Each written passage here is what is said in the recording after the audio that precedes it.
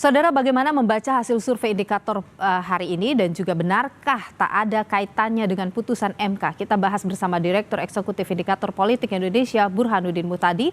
Juga ada Nyarwi Ahmad, Direktur Eksekutif Indonesia Presidential Studies UGM. Selamat petang, Bung Burhan dan Pak Nyarwi, sehat selalu. Selamat petang, Halo. Ya. Saya ingin ke Bung Burhan dulu. Ini survei indikator menunjukkan kalau elektabilitas Prabowo Gibran ini naik meskipun habis ada putusan MK ya, dan juga ada isu nepotisme dan juga Jokowi yang tidak netral begitu. Ini bisa dijelaskan nih seperti apa sebenarnya ini?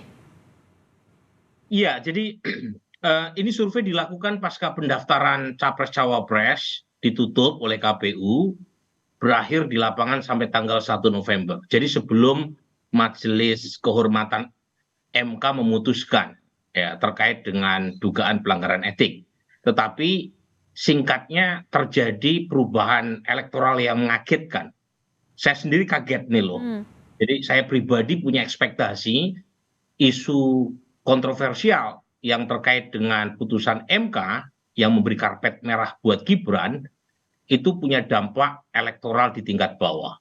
Tapi ternyata istilahnya Pramudia Nantatur saya pakai untuk menjelaskan ini, ternyata apa yang saya temukan juga lembaga-lembaga lain itu sekedar mengilustrasikan badai dalam secangkir kopi. Jadi apa yang kita ributkan di media sosial itu ternyata hanya sekedar makanan atau isu yang menarik perhatian buat kaum cendekia. Tetapi secara umum masyarakat tidak menganggap itu sebagai isu yang penting buat mereka. Contohnya misalnya soal politik dinasti yang mengkhawatirkan isu politik dinasti itu turun dibanding survei yang saya lakukan pasca putusan MK. Kemudian juga misalnya soal apakah putusan MK itu disetujui atau tidak disetujui oleh publik. Dari 54% responden yang mengaku tahu putusan MK, yaitu terkait dengan usia 40 tahun kecuali buat kepala daerah yang terpilih, itu ternyata sebagian besar malah setuju dengan putusan MK itu. Jadi ini di luar dari ekspektasi saya. Don't get me wrong ya. Saya pribadi termasuk yang menolak putusan MK dan menolak politik dinasti. Jadi masyarakat tidak terpengaruh begitu ya dengan polemik yang muncul setelah putusan Mahkamah Konstitusi itu? Persis. Jadi yang kita temukan mengapa suara Prabowo Gibran naik itu karena terjadi eksodus dari loyalis Jokowi, terutama yang memilih non PD Perjuangan. Jangan lupa pemilih PD Perjuangan 20% berdasarkan pemilu 2019, sementara pemilih Jokowi 55,5%. Artinya lebih banyak pemilih Jokowi ketimbang pemilih PD Perjuangan. Baik, saya ingin ke loyalis ini yang lari dari Ganjar ke Prabowo Subianto. Oke, saya ingin ke Pak Nyarwi. Pak Nyarwi, Anda sepakat bahwa setelah putusan MK itu tidak mempengaruhi begitu elektabilitas dari? Sebentar, surveinya sebelum MK. Survei ini sebelum putusan MK ya. Jadi yang kita bicarakan adalah efek putusan MK, bukan MK. Jadi setelah putusan MK, survei ini dilakukan, hasilnya ternyata tidak terpengaruh ya, ternyata tetap bagus. Kalau Anda Pak Nyarwi, bagaimana melihat ini? Benar memang putusan itu tidak mempengaruhi ya?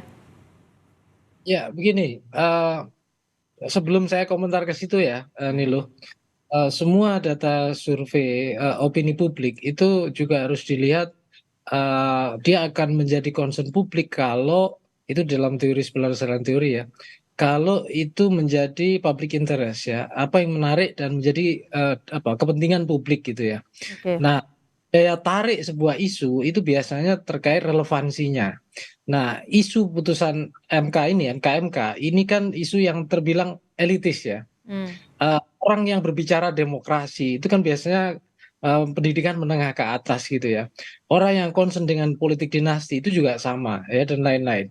Bung Burhan seringkali mungkin ketemu ya di beberapa data survei daerah misalnya ada kandidat terindikasi korupsi gitu ya, dinasti, tapi kok dukungannya tinggi gitu kan juga beberapa kali muncul gitu. Jadi anomali-anomali seperti ini sering terjadi. Nah, apalagi putusan MK soal bicara tata negara, soal bicara kepatutan, moralitas dalam berdemokrasi, bernegara. Saya kira ini isu yang elitis sekali gitu loh. Nah, masyarakat secara saya kira tidak banyak gitu ya, yang kemudian sangat concern pada kualitas legitimasi politik gitu ya. Yang terjadi itu baru kita kan ini baru belajar demokrasi elektoral, Hmm. bahkan mengenal partai politik sebagai institusi demokrasi penting saja itu masih belum sepenuhnya gitu ya. Apalagi misalnya kalau dikaitkan dengan seberapa orang kemudian, makanya tadi ada saya nggak heran misalnya yang tahu maupun apalagi misalnya yang tidak tahu, yang tahu pun saya kira juga banyak yang mungkin menganggap itu apa setuju, dan politik dinasti juga apalagi melihat itu dianggap tidak menjadi masalah, karena saya lihat juga ini kaitannya dengan ini juga ya Nilo ya, Apa? anatomi sosial masyarakat di Indonesia ini kan juga bisa kita lihat ya, sebenarnya banyak sekali dinasti-dinasti, dan kemudian orang tidak menganggap itu sebagai problem dalam dalam berdemokrasi gitu loh. Nah, ini yang saya lihat gitu ya. Makanya banyak sekali isu-isu yang saya kira ya, yang itu kita sendiri sebagai misalnya Bung tadi nggak apa merasa ekspektasinya tidak terpenuhi gitu ya. Eh, tapi di masyarakat cara berpikirnya berbeda gitu loh. Oke. Jadi ini lihat tadi itu ya, dalam konteks publik apa hal-hal yang menjadi isu publik itu belum menjadi isu publik gitu loh. Padahal para aktor-aktor politik ya dari PDIP Mm-mm. dan yang lain-lain sangat concern juga soal Padahal ini, ini tapi ramai eh, diperbincangkan. ya, tapi di medsos juga kita lihat itu ramai, tetapi pertanyaannya di masyarakat apakah itu menjadi isu yang sangat serius bagi mereka apa tidak? Hmm. Dan orang-orang ini secara umum saya lihat kalau apa ya, apakah mampu menggeser isu yang lebih Oke. aktual ya? Ini misalnya isu apa namanya kemiskinan, isu-isu yang kesenjangan dan lain-lain yang itu juga nyata Jadi juga. apa sebenarnya yang menarik bagi masyarakat, Pak Nyarwi? Yang menarik untuk mereka ikuti atau yang bisa memengaruhi pilihan mereka itu apa? Isu apa? Ya, di banyak data survei juga terpotret. Saya kira survei penguburan sering menjelaskan ya. Mm-mm. Misalnya soal kemiskinan, tenaga kerja dan lain-lain. Tetapi ya gini ya, nih loh ya. Orang kan sering nggak sadar bahwa problem misalnya ketenaga kerjaan itu muaranya, kalau kita ini kan hulu ya, ini Mm-mm. muaranya di sini. Hulunya itu problem misalnya problem demokratisasi ekonomi. Problem misalnya apa kesenjangan itu terjadi karena ada dinasti, kekuasaan yang tidak dikelola secara akuntabel, demokratis, transparan dan lain-lain. Nah, masyarakat saya kira perlu diajari juga bahwa kalau misalnya kekuasaan itu didominasi misalnya ya oleh sekelompok dinasti yang tanpa Oke. akuntabilitas, itu Jadi bahaya misalnya. Kekuasaan diperoleh dengan cara legitimasi yang kemudian apa menabrak hal yang sifatnya terkait nurani dan moralitas itu juga berisiko tinggi. oke. Nah, Tapi Pak hal yang Nyarwi seperti begini, itu kan Pak Nyarwi, apakah kemudian pemilih kita itu memang lebih banyak yang tidak terpengaruh dengan isu-isu elitis atau bagaimana? ya, bukan tidak terpengaruh ya. Mungkin ini kegagalan apa elit dan juga partai Oke. politik secara umum ya Ya, Hmm. menjelaskan ini secara empirik. Oke. Ini kan baru muncul ketika menjelang pemilu nih loh. Nanti setelah itu banyak yang elit-elit partai lupa lagi gitu loh bahwa Oke. problem setuju. ini problem yang Baik. yang Saya akan Ya, saya setuju itu, Nilo ya. Jadi bukan isunya yang tidak penting, tapi mungkin kita perlu mengoreksi diri sendiri ya. Mungkin cara packaging isunya yang kurang bisa dikaitkan dengan kebutuhan masyarakat secara real. hmm. Jadi mungkin bahasa dinasti politik terlalu tinggi.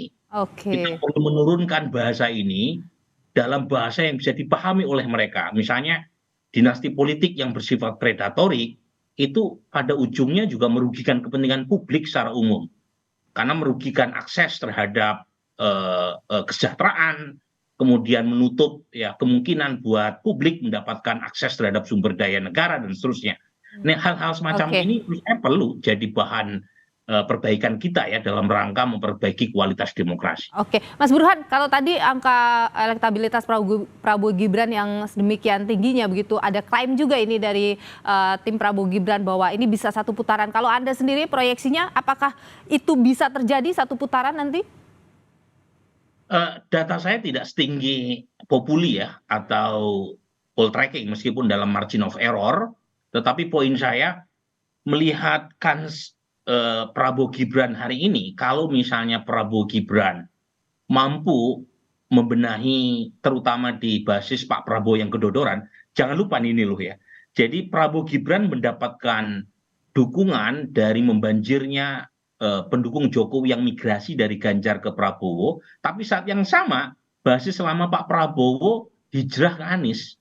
Oke. karena memilih Gibran. Jadi Gibran ini satu sisi jadi aset elektoral buat Pak Prabowo karena berhasil menggerus basis Ganjar, tapi di sisi lain Gibran ini jadi liability karena pendukung Prabowo yang lama yang cenderung anti Pak Jokowi di Jawa Barat, di Sumatera itu pindah ke Anies. Jadi yang paling rugi dari tiga kontestan yang maju adalah Ganjar. Oke, Karena jadi itu yang bikin naik juga ya elektabilitas Anies Muhaimin ya. betul. Jadi Anies ini diuntungkan oleh pilihan Gibran sebagai cawapres Prabowo Subianto. Tapi itu Kenapa? angkanya besar menggerus itu. Lumayan, karena ada 6-8% pemilih Ganjar yang pindah ke Pak Prabowo, tapi kenaikan Pak Prabowo tidak sebesar penurunan Ganjar. Nah, pertanyaannya dari mana? Nah, ternyata memang ada pendukung Prabowo yang kita kan punya pertanyaan, 2019 kemarin memilih pasangan capres-cawapres siapa? Mereka mengaku memilih Prabowo Sandi, pilihannya. Nah, ketika Prabowo mendapuk Gibran sebagai cawapres, basis lama Pak Prabowo sebagian, terutama di Jawa Barat dan Sumatera, itu lari ke Anies. Nah, jadi kalau misalnya Pak Prabowo Gibran tidak mampu membenahi basis lamanya, terutama di Jawa Barat, Banten, NTB, Kalsel, kemudian Sumatera, kemungkinan Pak Prabowo Prabowo Gibran gagal Oke. meraih menang satu putaran. Oke. Dan yang maju putaran kedua adalah Anies Baswedan. Oke, Tapi kalau Prabowo Gibran mampu, ya, Prabowo Gibran mampu membenahi basis lamanya dan saat yang sama Gibran mampu menggerus basis Ganjar, bisa satu putaran. Oke. Tetapi kalau misalnya Pak Ganjar mampu membenahi tren negatif yang sekarang mereka alami dan kembali ke jalur kemenangan, saya kira yang masuk putaran kedua Prabowo versus Ganjar. Oke. Jadi apapun masih bisa Oke. terjadi. Saya ingin Pak Nyarwi singkat saja. Ini ada juga komentar yang muncul soal kita ini harus adu ide gagasan begitu ya, adu gagasan, tidak baper, tidak ungkit isu lama. Bagaimana Anda melihat peluang itu? Itu bisa terjadikah di Pilpres kali ini di masa kampanye? Singkat saja. Ya, itu mungkin saja terjadi nih loh, tapi biasanya dalam Pilpres itu kan bandulnya ada dua ya.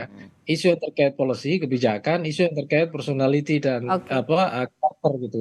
Biasanya orang itu juga selain bicara gagasan, itu juga karakter dan terkait aspek personal. Tapi yang kita lihat gitu ya, kecenderungan untuk bicara isu personality dan emosional itu juga selalu muncul. Oke. Jadi menurut saya ya, hal-hal yang ini saya kira akan terus berkembang. Sedikit Oke. ini nyambung dengan Iya, singkat apa yang saja disampaikan. Bung Nyarwi, kita terbatas oleh waktu. Ya, betul. Jadi ada risiko di mana posisi Mas Ganjar Mahfud itu ruangnya makin sempit dan makin tergerus ya. Termasuk juga tidak hanya berbasis isu-isu personality saja, karakter leadership, tapi juga isu kebijakan di mana posisinya nanggung tuh. Oke. Jadi community tetapi juga sisi lain ruang geraknya untuk melebar itu Oke. makin sempit. Kira-kira Oke. itu. Baik, Itu satu baik, yang saya Nyarwi. kira Kami tangkap apa yang Anda sampaikan, Bung Nyarwi Ahmad, Direktur Eksekutif Indonesia Presidential Studies UGM, dan juga terima kasih Bung Burhanuddin Muhtadi, Direktur Eksekutif Indikator Politik Indonesia, sudah berbagi pandangan di Sapa Indonesia Malam. Sehat selalu Bapak-Bapak.